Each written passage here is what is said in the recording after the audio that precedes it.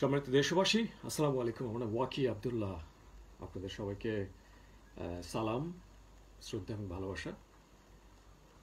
আমাদের দেশে এতগুলো মানুষ, এতগুলো ছাত্র জনতা জীবন দিল, দেশের জন্য জীবন দিল। আমার এই ভাইদের রক্ত, শত ভাইয়ের রক্ত বৃথা যেতে পারে না, বৃথা হতে দিয়েন না আপনারা। কারণ এই শত ভাইয়ের রক্ত যদি বৃথা যায়, কেউ আর রক্ত দিবে না, কেউ কেউ কেউ আর সামনে আগে আসবে না। আমাদের পুরো জাতিটাকে অলরেডি কাপুরুষ বানানোর একটা প্রক্রিয়ায় চলছে। বর্তমান গভর্নমেন্ট সবাইকে একদম গলা টুটি চেপে ধরেছে ডিজিটাল আইনের মাধ্যমে। ডিজিটাল আইনে আপনি দুটা কথা বললেই আপনাকে মামলা দিবে, মামলা দিয়ে আপনাকে জেলের মধ্যে নিয়ে যাবে এবং জামিনও দিবে না। গলা টিপে ধরেছে, কথাই বলতে পারতেছেন না। মুক্তিযুদ্ধের অন্যতম ওয়াদা ছিল হচ্ছে যে ফ্রিডম অফ স্পিচ থাকবে,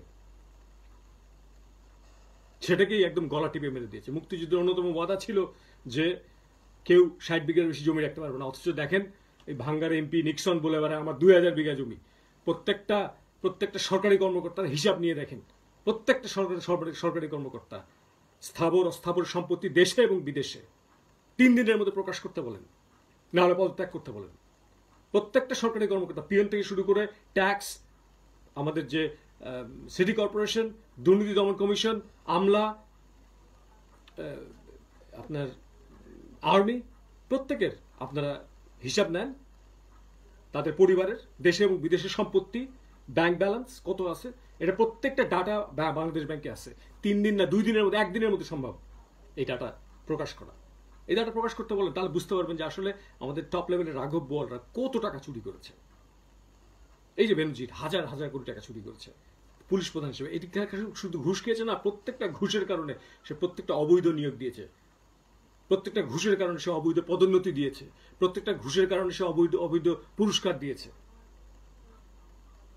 প্রত্যেকটা ঘুষের কারণে অবৈধ নিয়োগ দিয়েছে। এমনকি সেনাপ্রধান যে আজিজ, পুরো পরিবার খুনি পরিবার।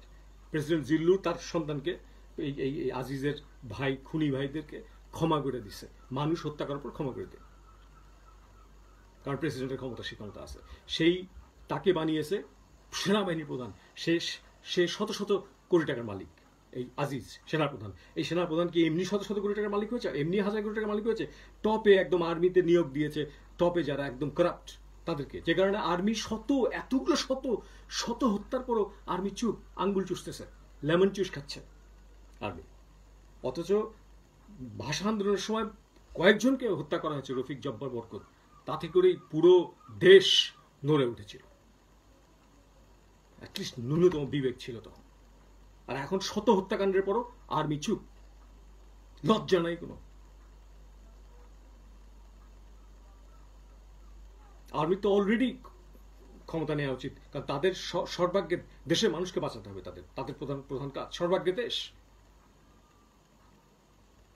এবং তত্ত্বাবধায়ক সরকারের আন্ডারে নতুন একটা ইলেকশন দেওয়া উচিত। কিন্তু তারা দিচ্ছে না, শত হত্যাকাণ্ডের পরও কেন দিচ্ছে না? দাবি করার কারণে শত শত মানুষকে হত্যা করলো এই প্রধানমন্ত্রী শেখ হাসিনা। ব্যাংকগুলোর প্রত্যেকটা পরিচালককে নিয়োগ দেয় কে? এই প্রধানমন্ত্রী শেখ হাসিনা। এই ব্যাংকগুলোকে লুটে পুটে শেষ করে দিচ্ছে কে? এই প্রধানমন্ত্রী শেখ হাসিনা। আমাদেরকে এমন লোনে জর্জরিত করা হয়েছে, এত লোনে, যে আগামী 20 থেকে 40 বছর আমরা সেবা দাস হয়ে কাজ করবো, দাস। যেখানে 10 বিলিয়ন লোন ছিল, সেটা 100 বিলিয়ন পার করেছে। লোন করে ঘি খায়, লোন করে পদ্মা সেতু তৈরি করে। এই পদ্মা সেতুর প্রত্যেকটা পিলার, প্রত্যেকটা ইট, প্রত্যেকটা সিমেন্ট টাকা দিয়ে মানুষ থেকে লোন করে কেনা হয়েছে, আর বলে যে নিজের টাকাতে করছি। আর নিজের টাকাতে করলে তাহলে এত লোন কেন? এত লোন করছে যে আমাদেরকে বাকি 40 বছর দাস হয়ে থাকতে হবে, এত লোন করেছে। শুধুমাত্র দৃশ্যমান কয়েকটা জিনিস করেছে, সেটা হচ্ছে যে এই ফ্লাইওভার করেছে, দেখাচ্ছে যে তোমাদের কত কিছু করেছে। হ্যাঁ, কিন্তু ব্যাংকগুলোকে শেষ করেছে। প্রত্যেকটা সেক্টরে ঘুষ ছাড়া কোনো কাজ নাই। শেখ পরিবার ছাড়া আপনার কোনো কাজ নাই। বড় বড় টপ লেভেলে যেতে হলে আপনাকে শেখ পরিবারের একদম কদমবুসি করে যেতে হবে। আপনার সত্য এবং ন্যায় ভাবে বাঁচার যে অধিকার, সেটাকেই কেড়ে নিয়েছে। আপনি যে আপনার স্ত্রীকে নিয়ে ঘুরতে বেরোবেন, আপনি নিরাপদ না। আপনার মেয়ে যে বাইরে যে নিরাপদে থাকবে, কোনো নিরাপত্তা নাই। আপনি যে পুলিশের কাছে সেবা পাবেন, কোনো নিরাপত্তা নেই, কারণ এই পুলিশদেরকে নিয়োগ দেওয়া হয়েছে ঘুষের বিনিময়ে। আর্মির কাছে এখন আমরা শত হত্যাকাণ্ডের পর বিচার পাচ্ছি না, কারণ ঘুষের বিনিময়ে নিয়োগ দেওয়া হয়েছে। এদেরকে টাকা ভরিয়ে দেওয়া হয়েছে। এমনকি ড্রাইভারের টাকা, এমনকি আপনার মানে অবসর নিলে লক্ষ লক্ষ টাকা পায় প্রত্যেকটা আর্মি।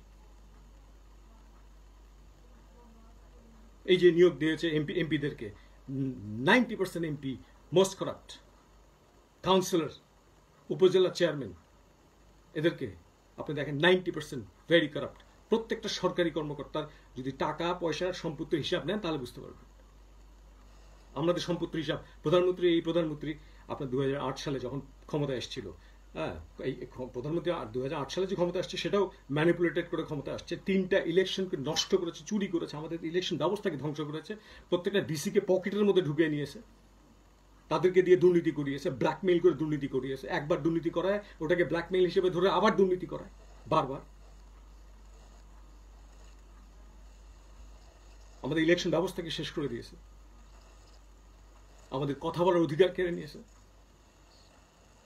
মানুষ দিন দিন মানে গরিব হচ্ছে, যারা বড়লোক তারা বড়লোক হতে আছে। জিনিসপত্রের দাম অসম্ভব, সিন্ডিকেট ভাঙতে পারতেছে না, সিন্ডিকেট সরকারেরই তৈরি। গার্মেন্টস শ্রমিকদের ন্যূনতম বাঁচার জন্য যে জীবন, যে বেতন, সেটাকে বন্ধ করে দিয়েছে। প্রত্যেকটা খুন, প্রত্যেকটা দুর্নীতি, আমাদের যে বিচার বিভাগের দুর্নীতি, বিচার বিভাগের দুর্নীতিগুলোর জন্য এই প্রধানমন্ত্রী শেখ হাসিনা দেয়। সুতরাং এই প্রধানমন্ত্রী এত শত খুনের পর শত খুন এই প্রধানমন্ত্রী করেছে, হত্যাকারী প্রধানমন্ত্রী শত খুন দাবি করার কারণে হুকুম দিয়ে তার পালিত কুকুরদেরকে হুকুম দিয়ে খুন করিয়েছে। সুতরাং এই প্রধানমন্ত্রীর ক্ষমতায় থাকার কোনো অধিকার নেই। আপনারা দাবি উঠান যে আগামী 3 দিনের ভিতরে প্রত্যেকটা সরকারি কর্মকর্তা কর্মচারীর দেশে এবং বিদেশে তাদের পরিবারের স্থাবর এবং অস্থাবর সম্পত্তি এবং ব্যাংকে কত টাকা আছে এটা প্রকাশ করতে হবে। বাংলাদেশ ব্যাংক এটা 3 দিনের মধ্যে প্রকাশ করতে পারে, নাহলে বাংলাদেশ ব্যাংক ঘেরাও করেন, গণভবন ঘেরাও করেন। এত খুনের পর, দাবি করার পর, এত খুনের পর কখনোই এ সরকার থাকতে পারে না। সাম্য, মানবিক মর্যাদা এবং সামাজিক ন্যায় বিচার, মুক্তিযুদ্ধের ওয়াদা, সেই ওয়াদাকে সমুন্নত রাখেনি এ সরকার, বরং বাংলাদেশকে সবচেয়ে দুর্নীতিগ্রস্ত দেশ হিসেবে প্রথম করেছিল এই শেখ হাসিনা। এই শেখ হাসিনা। আমি দুর্নীতিগ্রস্ত প্রধানমন্ত্রীর বিরুদ্ধে ইলেকশন দাঁড়িয়ে প্রতিবাদ করেছি, তার বিনিময়ে পেটে চাকু খেয়েছি, মাথায় রামদা খেয়েছি, মামলা খেয়েছি ডিজিটাল লাইনে, প্রবাসী হয়ে আসছে, দেশে যেতে পারি না, মন কাঁদে, প্রাণ কাঁদে, মনটা দেশেই পড়ে থাকে।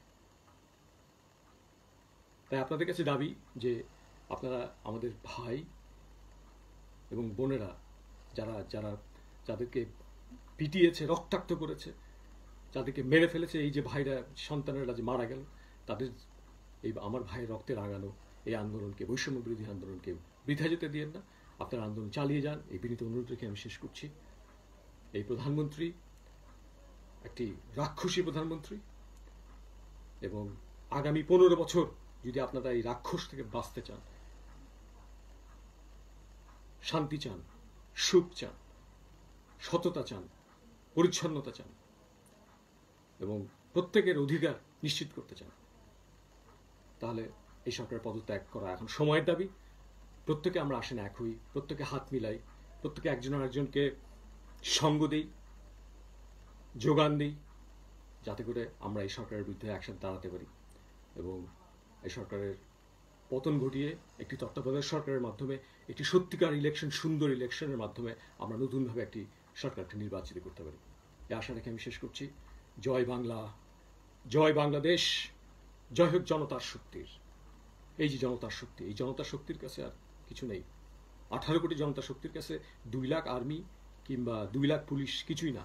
18 কোটি মাইনাস 2 লাখ মানে 17 কোটি 98 লাখ মানুষ যদি দাঁড়ায়, কেউ কিছু করতে পারবে। যে কারণে জয় হোক জনতার শক্তির, জয় হোক প্রত্যেকটি জীবনের। আল্লাহ আপনাদের সহায় হোক। ধন্যবাদ। যারা জীবন দিয়েছেন আমাদের দেশের জন্য, তাদের প্রতি সালাম, শ্রদ্ধা এবং ভালোবাসা। এবং যারা আন্দোলন করছেন, তাদের প্রতি বিনম্র সালাম, শ্রদ্ধা এবং ভালোবাসা। আল্লাহ সহায় হোক আমাদের সবার জন্য।